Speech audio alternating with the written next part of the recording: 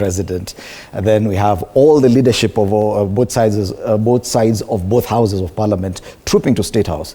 And is there any remedy to this?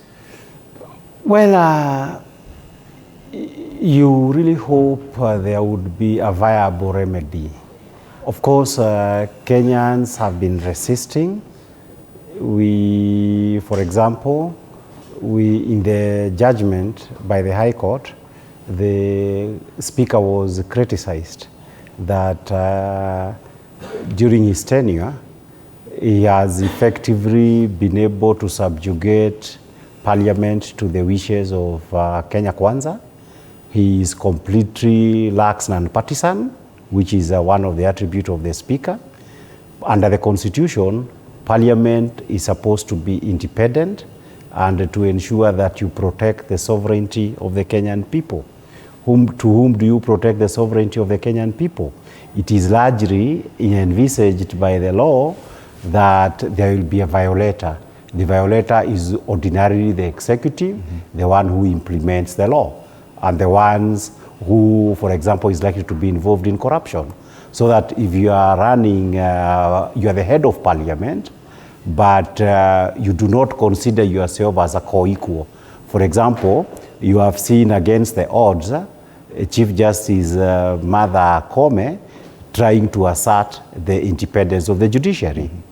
You do not see anything similar by either the Speaker of the Senate or the Speaker of the National Assembly. And this is why now when you talk about state capture, in practical terms, it has started with the capture of Parliament. And the main culprit who are responsible for the capture of Parliament ultimately begins with the speakers. Because as my colleagues were saying, you are the one, for example, who is supposed to ensure that there is good manners. If Kenya is to be a multi-party state, you must ensure that anybody who moves to the government side, and in fact that's why the seating arrangement is that, so that you cannot have the division, which is actually a physical division, that the same speeches are being made from both sides of the aisle, okay? Or both sides of the house. It doesn't make sense. But again, the major challenge, because the solutions moving on to the features, I've said previously, you have a situations whereby both the Speaker of the Senate and Wetangula, they are basically moral cowards, people who cannot be able to stand up for something that is right. I remember a long time ago when we were just students, and when I first of all came to know about the name of Kipruto Arap Kirwa, they would be able to speak, this is during the Moi times, to be able to point out that this is not right. And you see, and they were just mere MPs. But now when under our constitutions that even says you cannot be removed except by 75% of the MPs, and you've sold out your soul to the executive, it is something seriously lamentable and tragic. But more importantly, moving forward, Kenyans must ensure that in the elections of 2027, they work to liberate Parliament. Because one term is important, because a president who is a disaster should be removed from office.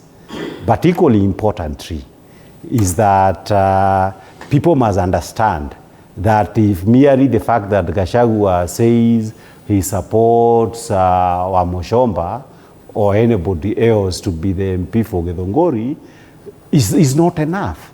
You must ensure that you have the right person who will become an MP. For example, in Central Province, and that is where you have the biggest calamity, you have people that ordinarily we call togeges. These are people who are clueless.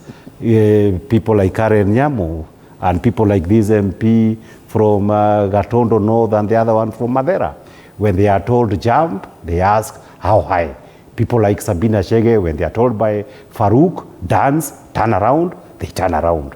You cannot have this caliber of people to Parliament. You get it? And that's why the liberation of Parliament, ultimately, it's also in the hands of the people.